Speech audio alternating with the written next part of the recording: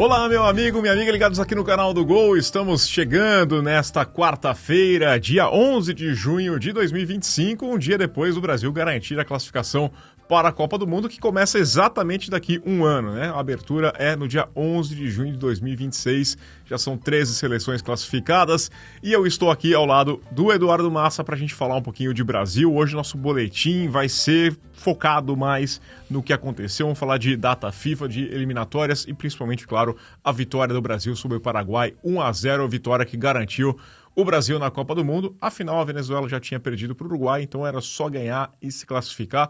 E aconteceu mais uma vez em Itaquera. Terceira Copa seguida que o Brasil garante classificação na Neoquímica Arena. Segunda vez dessas três que é contra um jogo contra o Paraguai. Eu estava lá na primeira, em 2017. Tudo bem, Massa? Tudo bom. E o que importa agora é o que vem pela frente, né? Todo mundo sabia que mesmo em crise o Brasil ia chegar na Copa do Mundo. Não tem como. Não tem como. Não tinha como. Não tem como ficar de fora. Impossível. Tinha gente que falava, olha, que talvez seja possível. Não é possível. Com a classificação atual, não, é impossível. É impossível um Brasil ficar de fora. Né? 60% das eliminatórias vão direto. Tem ainda uma chance numa repescagem, e aí era inimaginável o Brasil, se fosse para uma repescagem. A Itália eu já não garanto, né? A Itália na repescagem eu já tenho um pezinho atrás ali, porque já conseguiu perder até para a Macedônia do Norte, né? Numa repescagem. Exato. A Itália é um caso que tem um trauma ali já, né? A Itália é estranho, porque a Itália é aquela seleção que consegue ser campeão da Eurocopa e depois falhar na Copa do Mundo. O Brasil loucura, não, né? O Brasil não tem isso. Até essa eliminatória agora, acho que é muito difícil as seleções grandes ficarem de fora. Tem que fazer muita força. Muita força, muita besteira. Tem que realmente jogar no lixo. É uma missão para a Itália. A Itália tá aí para isso, cara. Tá para quebrar paradigmas. A Itália é isso aí, cara. É vanguardismo. Mas daqui a pouco a gente fala mais da Itália. Vamos falar da seleção brasileira. Vitória por 1-0. Estreia de Carlo Ancelotti no seu aniversário de 66 anos. Teve ali uma homenagem ali, Carleto, e parabéns para ele. 66 anos e garante a primeira vitória no comando da seleção. Estreia com um empate em 0-0 com o Equador e agora uma vitória por 1-0. Já dava para perceber alguma coisa de diferente nesse time, lembrando que muita calma nessa hora, né? Eu queria esfriar justamente essa euforia. Eu vi umas pessoas com uma certa euforia desmedida para um 1-0 contra o Paraguai jogando em casa. 1-0 contra o Paraguai jogando em casa. O Paraguai vinha de 9 jogos de invencibilidade. Sim, não é uma seleção qualquer, não é, mas ainda assim é o Paraguai jogando em casa. O Brasil tinha a obrigação de vencer e venceu 1-0, fez um bom jogo, mas não foi assim um jogo tão espetacular quanto eu vi tanta gente dizer. E nós temos que lembrar que o Fernando Diniz estreou com 5-1 sobre a Bolívia e teve gente que acabou, o Brasil já tem técnico para 2026. Né? Cumpra seu contrato, Ancelotti, né? Depois entrou o Dorival Júnior, jogamos contra a Inglaterra e Espanha. 1-0 Inglaterra, 3-3 contra a Espanha, se não me engano. Isso, naquele jogo roubado ainda, né? A Espanha merecia perder, o Brasil teve chance de ganhar por muita facilidade da Espanha. Exaltamos Portugal por vencer a Espanha nos pênaltis e jogamos com Dorival Júnior em crise e empatamos com a mesma Espanha. Na Espanha. Então temos que ter assim temos que relativizar isso, porque nós sabemos que depois o Fernando Diniz terminou com as 2 vitórias que fez na data de estreia, a sua passagem pela seleção brasileira, uma passagem confusa ali, dividindo tempo com o Fluminense. Depois veio o Dorival Júnior e também começou muito bem. Nós falamos, nós conseguimos competir com os melhores, mas depois não conseguimos competir com os piores, então é relativo. Então o que eu posso dizer? Número 1, defensivamente funcionou. A seleção não passava 2 rodadas de uma data FIFA sem levar gol. Isso pode ser por acaso, mas não me parece ser por acaso. Então isso é positivo. Carlo Ancelotti é um treinador italiano, não é muito característico como não é um treinador que gosta assim, de armar retrancas, vamos dizer assim. Não faz o catenaccio ali. Mas ele gosta de armar bem defensivamente e eu já vejo ali uma preocupação maior com isso, mas que já existia com o Tite, né? Não é uma coisa nova, o Tite mantinha uma defesa bem ajustada e conseguiu bons resultados por causa disso. Número 2, um medo. Aqui é o medo. O Brasil não tem um meio-campo tão forte, então mais um técnico que pega e aposta no quê? No que nós temos de melhor, que são aqueles jogadores que jogam pelas pontas. Nós temos muitos jogadores que jogam pelas pontas bons, e ele montou um time que tem 4 atacantes, caindo naquela armadilha do 4-2-4, que eu acho que funciona em casa contra o Paraguai, mas pode não funcionar contra todos. Então essa é uma preocupação, não é exatamente um medo, porque eu acho que o Ancelotti é um técnico inteligente, e ele, quando jogou fora contra o Equador, não jogou assim. E ele falou isso depois do jogo. Ele disse: eu quis reforçar o meio-campo contra o Equador, aqui eu achei que dava para jogar assim. Basicamente foi esse o discurso dele. E ele disse ainda: o que é importante não são os nomes, é a entrega, como é que eles vão trabalhar defensivamente. Então eu acho que é capaz do Ancelotti conseguir fazer com que isso funcione. Por quê? Porque ele abriu mão também de um centroavante e colocou 4 jogadores de muita mobilidade, né? Então talvez ele consiga compensar a falta de capacidade defensiva desses jogadores com muita movimentação, muita entrega e um time muito dinâmico, variando muito, né, ali na frente. E com o Matheus Cunha, que na verdade joga como um camisa 10. Como um camisa 10 e que dá um pouquinho mais de criatividade, já que a gente não tem nenhum meio-campo capaz de criar, né? Eu só acho perigoso o Ancelotti cair um pouco nessa armadilha, porque tem aqui alguns problemas que o Diniz teve, por exemplo. O Diniz começou contra a Bolívia e fez uma escalação que era com nomes diferentes, mas exatamente igual na forma de pensar. Sim. Movimentação lá na frente, era o Neymar ainda jogando, a gente ganhou de 5-1, deu um show de bola ali contra a Bolívia em casa, novamente. Eu acho que pode funcionar, mas não para todos os jogos. Vamos ver como o Ancelotti vai criar essas dinâmicas e essas opções de acordo com o adversário. Tá? Isso para mim é uma preocupação. Por quê? Porque a gente realmente tem problemas, né? Sim. A gente tem problemas no meio campo. A gente não tem um meio campo de armação. A gente tem meio campos que são mais combativos. A volta do Casimiro reforçou uma coisa boa na seleção. Tem alguém mais posicional ali fazendo essa cabeça de área, e dá para o Bruno Guimarães a capacidade de fazer o que ele faz melhor, que é ir e voltar a fazer o box-to-box, né? Eu tô aqui para provocar um pouco mais, né? Eu acredito que a ideia do Ancelotti tenha sido bastante essa história de primeiro, eu não vou perder. A seleção precisava estancar aquela sangria, tomando gol toda hora, estanca. Bom, se eu não tomar gol, eu não vou perder. E aí depois eu vou pensar em ganhar, vou fazer um gol, naturalmente vai surgir. E eu senti que, por mais que eu não esteja também empolgado, nós temos hoje 2 vertentes na imprensa, né?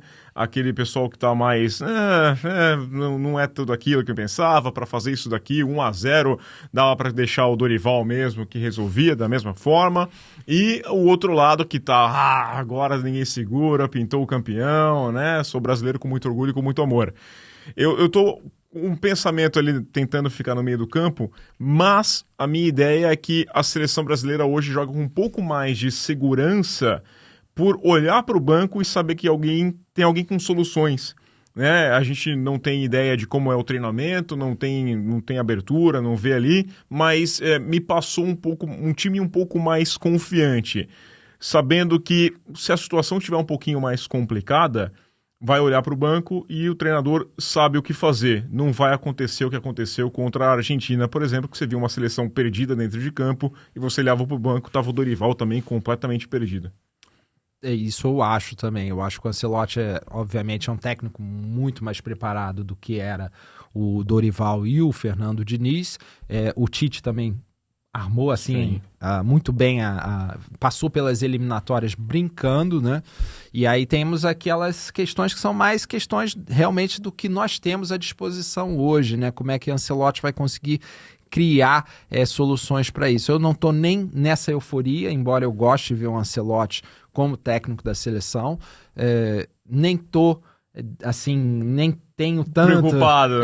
Eu acho só que o Brasil hoje aparece ali como uma seleção intermediária, um ano da Copa do Mundo, com pouco tempo para resolver os problemas, né? Nós temos alguns problemas que seguem, independente de ser um Ancelotti ou não. Por exemplo, ontem você teve na esquerda o Alexandro jogando, e é um jogador que já não entrega mais o que já foi. Até eu acho um bom jogador, mas é um nível que hoje, fim de carreira, não me garante segurança. Ficou mais fixo, mas deu mais liberdade para o Wanderson, ou seja, senti que ele quis fixar um lateral mais, uma coisa boa nessa preocupação defensiva, para poder ter mais profundidade com o Wanderson, enquanto ali na esquerda você tinha já o Gabriel Martinelli dando mais profundidade, e com o Vinícius Júnior, que gosta de cair ali, embora mais centralizado.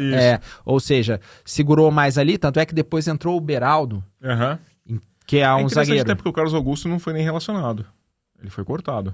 Então me chamou a atenção, né? Você improvisa o Beraldo e deixa de fora alguém que você levou para a posição. É estranho, mas mostra, acima de tudo, a visão que ele tem de dar mais segurança ali. Ele bota um zagueiro ali, por quê? Porque ele quer segurar ali alguém com um zagueiro canhoto, né? O velho zagueiro canhoto, que tem técnica, ou seja, consegue ajudar um pouquinho ali na construção do jogo, mas não vai chegar... O lado esquerdo ofensivo já estava bem na linha suprido ali, né? Com o Martinelli, com o Vini Júnior, não precisava do Carlos Augusto lá, que faria mais essa função, né? É o que eu penso, e eu acho que é o que o Ancelotti pensa.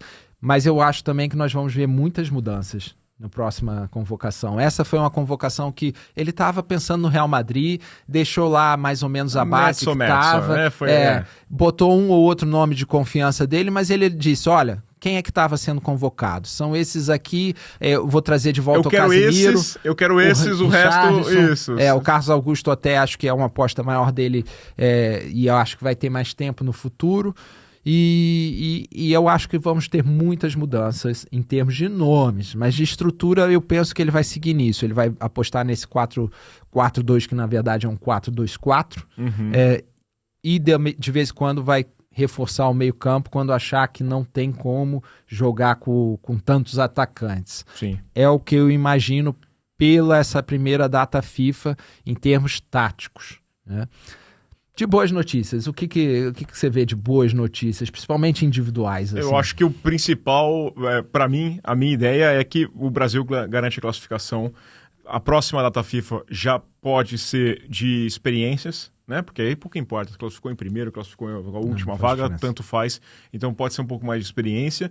Não acho que seja momento ainda para o Ancelotti pensar num legado, no que vem para frente. Eu acho que ele entra naquele modo, precisamos ganhar uma Copa do Mundo, precisamos fazer uma boa Copa. Eu acho que o Brasil vai para essa Copa, até com o Ancelotti pode ter esse pensamento, muito do Parreira de 94. O show fica para depois.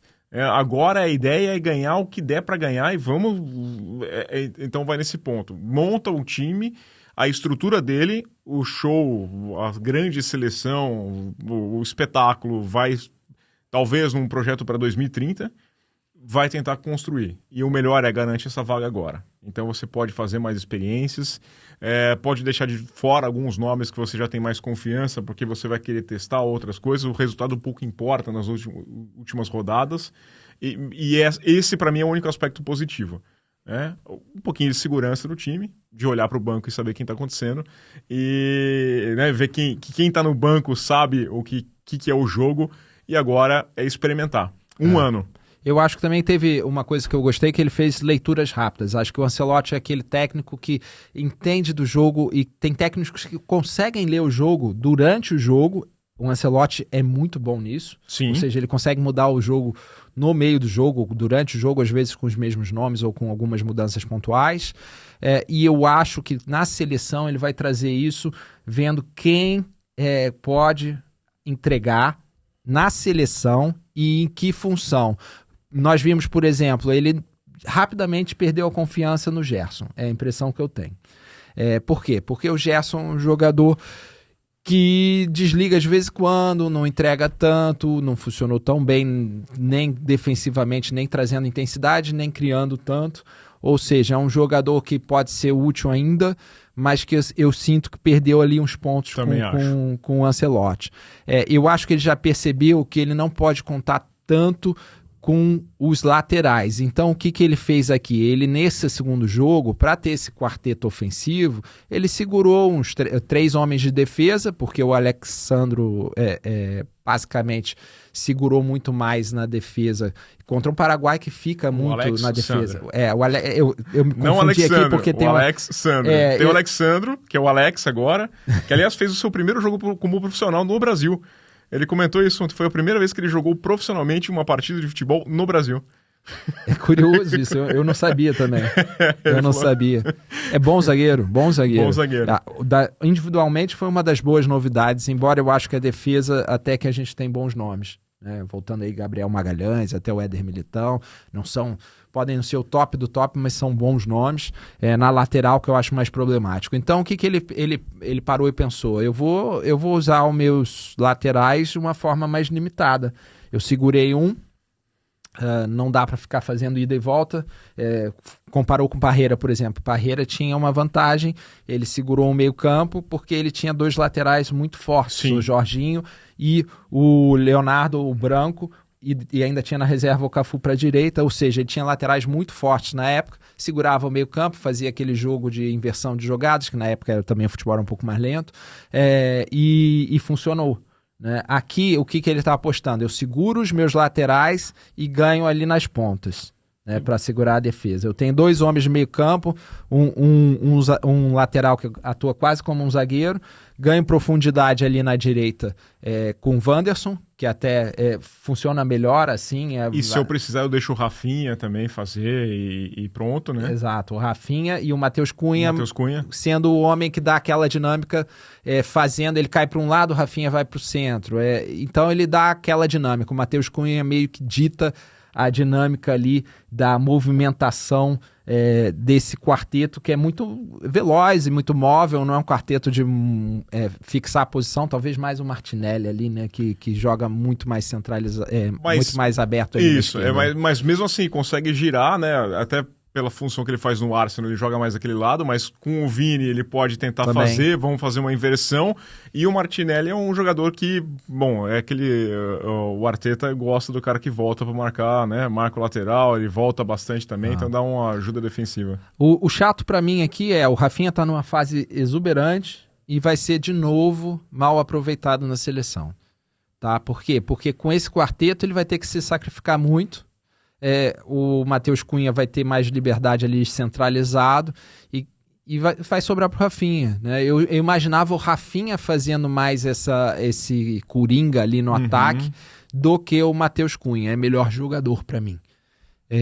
Mas olha, é o que o Ancelotti apostou, e também ele tem que arranjar soluções com o que nós temos. Nós não temos um centroavante ali, e não temos Rodrigo nessa convocação também. Sim. Que pode tem alguns nomes que acho que vão voltar. Talvez o Pedro possa ter chance de ter um 9 mais referência, né? Acho que pode testar bastante. Próxima data FIFA é 1º de setembro, entre 1º e 9 de setembro, começo ainda de temporada europeia, né? Então vamos ver o que vai girar. Só para a gente destacar aqui, são 13 seleções que já estão garantidas para a Copa do Mundo, são 3 países sede, né? Você tem ali os Estados Unidos, Canadá e México, Argentina, Brasil e Equador já garantidos na América do Sul, Japão, Austrália, Coreia do Sul, Uzbequistão, Irã e Jordânia na Ásia, e Nova Zelândia garantida na Oceania. Restam 35 vagas ainda em aberto. É muita vaga, né? É muita vaga, né? Muita vaga. São 48 seleções, é muita gente. Não dá, não tem condição, não. Tem as 16 vagas europeias ainda, né? Abertas, tem 9 para a África, 3 para América do Sul ainda, né? Mais a vaga da repescagem, são 2 vagas na repescagem, 3 vagas para América Central e Caribe. Não sei nem como tem tanta seleção, porque as 3 geralmente que vão para a Copa, né? Geralmente são 2, Estados Unidos e México, o Canadá às vezes pinta por lá, agora já tem mais seleções. Tem seleção que vai passear, né? Aqui a gente já tem o Uzbequistão, Jordânia e Nova Zelândia. Jordânia e Nova Zelândia... A Nova Zelândia, tradição, né? A tradição vai lá, Pessoal, e aí, como é que tá? Né? O A Nova Auckland Zelândia, City, normalmente, a tradição deles é cair no repescagem, né? Não, desde que a Austrália passou a disputar na Ásia, né, eles garantem, porque eles estão jogando lá contra absolutamente ninguém, Nova Caledônia, essas coisas assim, e aí, de repente, passa... E aí é tipo, é o Auckland City no Mundial de Clubes. Vai lá, fala, oi pessoal, tudo bem? Tô aqui de novo, lembra de mim? E vamos embora. Mas é assim, a Copa do Mundo, tivemos ontem umas seleções dando fora, né? A Palestina acabou perdendo, empatando o seu jogo, acabou sendo eliminada, tinha chance ainda de ir para a Copa do Mundo. Temos a chance da Venezuela disputar essa repescagem e poder brigar. Paraguai voltar à Copa do Mundo, Uruguai, né? Vamos lá, Uruguai, né? Vão para cima, ganhou aqui, tá bem perto de garantir essa classificação. Basicamente certo, né? Acho que Uruguai, Paraguai e Colômbia vão garantir as vagas diretas. Venezuela vai para repescagem. Acho difícil conseguir, tá? Essa repescagem vai ser diferente. Mundial, né? Então é uma pescagem complicada.